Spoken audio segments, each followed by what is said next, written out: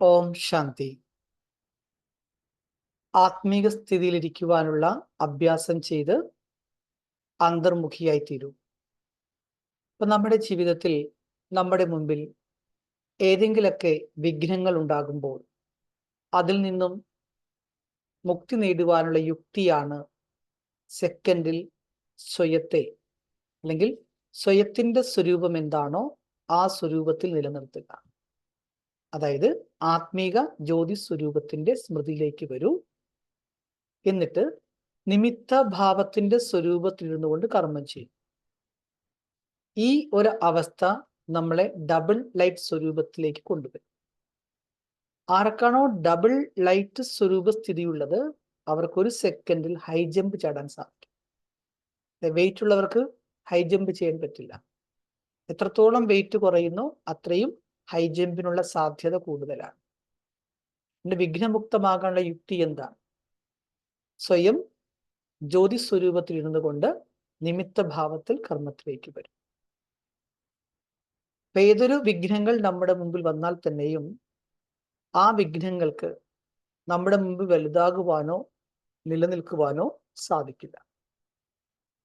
അപ്പോൾ അവ്യക്ത ബാബ്ദാദ നമുക്ക് നൽകുന്ന നിർദ്ദേശം, ഒന്നാമത്തേത് ആത്മീക ജ്യോതി സ്വരൂപത്തിന്റെ എക്സ്പീരിയൻസ് ആണ്. Whenever an obstacle arises, instantly reminds yourself, I am a soul, not this body. ഏതെങ്കിലൊക്കെ പ്രശ്നങ്ങൾ നമ്മുടെ ലൈഫിലേക്ക് വരുമ്പോൾ നമ്മൾ പെട്ടെന്ന് ഓർമ്മിക്കേണ്ടത് ഞാൻ ആത്മാവാണ്, ശരീരമല്ല. പിന്നെ ഞാൻ ആത്മാ പീസ്ഫുൾ, ശാന്തസ്വരൂപമാണ്, പ്യുവർ, പവിത്ര സ്വരൂപമാണ്, എ ബീയിങ് ഓഫ് ലൈറ്റ്, ഞാനൊരു പ്രകാശ സ്വരൂപമാണ്. ഉദാഹരണം, നമ്മുടെ ഓഫീസിൽ ആരെങ്കിലും നമ്മളോട് മോശമായി പെരുമാറുന്നു, നമ്മളെ അപമാനിക്കുന്നു എന്നിരിക്കട്ടെ. അപ്പൊ പെട്ടെന്ന് നമ്മൾ എടുത്തു ചാടാതെ, ശരീരം കൊണ്ട് പെട്ടെന്ന് പ്രതികരിക്കാതെ, ദേഷ്യപ്പെടാതെ, ആദ്യം ഒരു നിമിഷം സങ്കല്പിക്കൂ. ഒരു നിമിഷം മനസ്സിൽ നിന്ന് സ്റ്റോപ്പ് ചെയ്യൂ. ഞാൻ ആത്മാവാണ്, ഞാൻ ശാന്തമാണ്, എൻ്റെ സ്വരൂപം, ഞാൻ ശാന്തിയുടെ സ്വരൂപമാണ്. ഈ ഒരു രീതി അവലംബിക്കുന്നതോടുകൂടി പെട്ടെന്നുള്ള പ്രതികരണത്തിൽ നിന്നും നമുക്ക് രക്ഷപ്പെടാനും അവസരോചിതമായിട്ട് ശരിയായ തീരുമാനമെടുക്കാനും നമുക്ക് സാധിക്കും. ഈ രണ്ടാമത്തെ കാര്യം, കർമ്മത്തിൽ എപ്പോഴും നിമിത്ത ഭാവത്തെ കൊണ്ടുവരിക. ഞാൻ ഒരു സാധകനാണ്. വൈൽ ഡൂയിങ് എനി ടാസ്ക്, ഏതൊരു ടാസ്ക് ചെയ്യുമ്പോഴും then maintain the feelings. നമ്മളുടെ ഫീലിങ്സ് മെയിൻറ്റെയിൻ ചെയ്യണം. I am just an instrument, ഞാൻ കേവലം ഒരു നിമിത്തം മാത്രമാണ്. God is the true doer, ഈശ്വരനാണ് ചെയ്യിപ്പിക്കുന്നത്, ഞാൻ കേവലം ഇൻസ്ട്രുമെന്റ് ആണ്. ഈ ഒരു ഫീലിങ്സ് വരുമ്പോഴുള്ള ഗുണം എന്താ? Removes ego and remove stress. അതുമായി ബന്ധപ്പെട്ട എന്തെങ്കിലുമൊക്കെ ഈഗോ നമുക്ക് വരുന്നുണ്ടെങ്കിൽ, സ്ട്രെസ് വരുന്നുണ്ടെങ്കിൽ അതെല്ലാം സ്വാഭാവികമായി തന്നെ ഇല്ലാതാവും.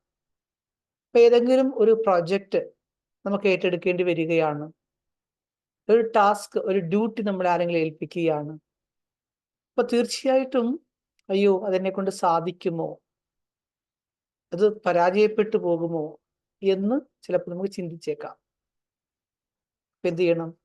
ഞാൻ ഇങ്ങനെ മനസ്സിലാക്കണം, ഞാൻ എൻ്റെ മനസ്സുകൊണ്ട് പൂർണ്ണമായിട്ടും അതിന് സഹയോഗം കൊടുക്കുന്നു, ഞാൻ എൻ്റെ മനസ്സുകൊണ്ട് ഞാൻ ആ കാര്യത്തെ ഉൾക്കൊള്ളുന്നു, ഞാൻ പരമാവധി പരിശ്രമിക്കുന്നു. ഇനി എന്തു തന്നെ ആയിക്കൊള്ളുകയും അത് ഈശ്വരന് വിടുക. പരമാവധി ഞാൻ എൻ്റെ കഴിവ് അവിടെ ഉപയോഗിക്കുന്നുണ്ട്, ഞാൻ പൂർണ്ണമായും ഡെഡിക്കേറ്റഡ് ആണ്. എന്നിട്ട് എന്ത് ചെയ്യണം? എൻ്റെ റിസൾട്ട് ഈശ്വരന് വിടുക. അതിൻ്റെ അർത്ഥം എന്താണ്? നമുക്ക് ആത്മബലം വർദ്ധിക്കുന്നു, നിരാശ ഉണ്ടാവുകയുമില്ല. കാരണം എല്ലാം ശരിയാവും. ചെയ്യിപ്പിക്കാൻ ഈശ്വരൻ കൂടെ ഉണ്ടെങ്കിൽ ഞാൻ ചെയ്യുമെന്നേ, ആ ഒരു കോൺഫിഡൻസ്, ആ ടാസ്കിൽ ഞാൻ പരാജയപ്പെട്ടു പോകുമോ എന്നുള്ള ഭയത്തിൽ നമ്മളെ മോചിപ്പിക്കും. മറ്റൊരു പോയിന്റ് ഡബിൾ ലൈറ്റ് സ്ഥിതിയാണ്. അതായത് ഭാരരഹിതമായ ശരീരത്തോടുകൂടി, ഭാരരഹിതമായ മനസ്സോടുകൂടി നമ്മൾ കർമ്മം. ശരീരത്തിനും ഭാരം തോന്നരുത്, മനസ്സിനും ഭാരമുണ്ടാകും. നമുക്ക് soul consciousness and instrumental consciousness, എൻ്റെ ആത്മാവാണെന്നുള്ള ബോധവും വേണം, അതേസമയം നിമിത്ത ഭാവവും വേണം. ഈ രണ്ട് ഭാവങ്ങളിൽ നിന്നുകൊണ്ട് നമ്മൾ ജോലി ചെയ്താൽ നമുക്കൊരു ഡബിൾ ലൈറ്റ് സ്റ്റേജ് അറ്റൈൻ ചെയ്യാൻ സാധിക്കും. The mind is light and action become powerful. അങ്ങനെ ചെയ്യുമ്പോൾ നമ്മുടെ മനസ്സ് വളരെ ശക്തിശാലിയായിരിക്കും, ലൈറ്റ് ആയിരിക്കും, നമ്മളുടെ ഓരോ കർമ്മവും അതുപോലെ ശ്രേഷ്ഠവുമായിരിക്കും. നമ്മൾ ഏതെങ്കിലുമൊക്കെ ഒരു മീറ്റിങ്ങിന് പോകുന്നതിന് ഒരു 10 സെക്കൻഡ് മുമ്പ് തന്നെ നമ്മൾ ആദ്യം കുറച്ച് സമയം ആത്മരൂപത്തിരുന്നു കൊണ്ട് ചിന്തിക്കൂ. ഞാൻ ആത്മാവാണ്, പരമാത്മാവ് എന്നെ കൊണ്ട് ചെയ്യിപ്പിക്കുന്നു, ഞാൻ സാധകനാണ്. ആ ഒരു ഫീലിങ്സിലേക്ക് വന്നിട്ട് നമ്മൾ ആ മീറ്റിങ്ങിൽ അഭിപ്രായം പറയൂ, നമ്മൾ വാക്കുകൾ ഉച്ചരിക്കൂ. അപ്പോൾ നമ്മുടെ ഓരോ വാക്കുകളും വളരെ പ്രഭാവശാലിയാകും. അത് പറയണോ വേണ്ടയോ എന്നുള്ള ഭയം നമുക്കുണ്ടാവില്ല. ആ മീറ്റിങ്ങിൽ നമുക്ക് നല്ലതുപോലെ പെർഫോം ചെയ്യാൻ സാധിക്കും. അടുത്തൊരു പോയിന്റ് എന്താ? ഹൈ ജമ്പ് ചെയ്യുക. ഹൈ ജമ്പ് എന്നാൽ വിഘ്നങ്ങളെ അതിജീവിച്ച് മുൻപോട്ട് പോകാനുള്ള ശക്തി.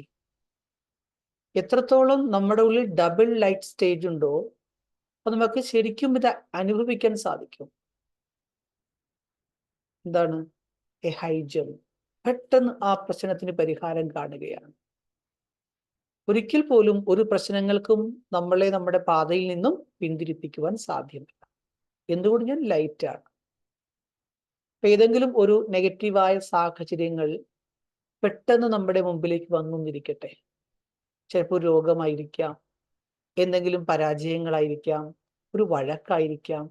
ആ സമയത്ത് എന്ത് ചെയ്യണം? ആ ഒരു ക്ഷണം നമ്മൾ ആത്മീയ ഉണർവിലേക്ക് വരും. ഉണർവിൽ നിന്നുകൊണ്ട് സ്വയത്തെ നോക്കൂ. തീർച്ചയായിട്ടും നമ്മുടെ ചിന്താ രീതികൾക്കൊരു മാറ്റം ഉണ്ടാവും. നമ്മുടെ തോട്ട് സൈക്കിളിന് ചേഞ്ച് വരും. എന്നിട്ട് നമുക്കതിന് പരിഹാരം എന്ത് കണ്ടുപിടിക്കാം, അതിലേക്ക് നമ്മുടെ മനസ്സിനെ ഫോക്കസ് ചെയ്യൂ. അപ്പോൾ സമസ്യകൾ ഓട്ടോമാറ്റിക്കായിട്ട് അവിടെ ഇല്ലാതാവും. അപ്പോൾ അവ്യക്ത നിർദ്ദേശത്തിന്റെ ചുരുക്കം ഇതാണ്: നമ്മൾ ഓരോരുത്തരും നമ്മുടെ ആത്മീക സ്വരൂപത്തിനെ ഒരു സെക്കൻഡിൽ തിരിച്ചറിയൂ. ഓരോ കർമ്മം ചെയ്യുമ്പോൾ ഞാൻ സ്വയം നിമിത്തമാണെന്ന് മനസ്സിലാക്കൂ. ഡബിൾ ലൈറ്റ് സ്ഥിതി ഉണ്ടാക്കൂ. മനസ്സിന് അത്രയും ലൈറ്റാക്കി വെക്കണം. അതിന്റെ പ്രഭാവം വളരെ വലുതാണ്. ഇനി ഓരോ വിഘ്നങ്ങളും നമ്മുടെ മുമ്പിൽ അവസരങ്ങളായിട്ട് മനസ്സിലാക്കൂ. എന്തുകൊണ്ടെന്നാൽ നമ്മളെല്ലാവരും അതിന് മുകളിലേക്ക് പോവുകയാണ്. ഓരോ പ്രോബ്ലങ്ങളും പരീക്ഷണങ്ങളും നമ്മളെ മുൻപോട്ട് കൊണ്ടുപോവുകയാണ്. അതുകൊണ്ട് ആത്മാവാകൂ, സാധകനാകൂ, പറന്നുകൊണ്ടിരിക്കും. സാധകൻ എന്നാൽ the instrument soul. Be the soul, be the instrument and take flight. Om Shanti.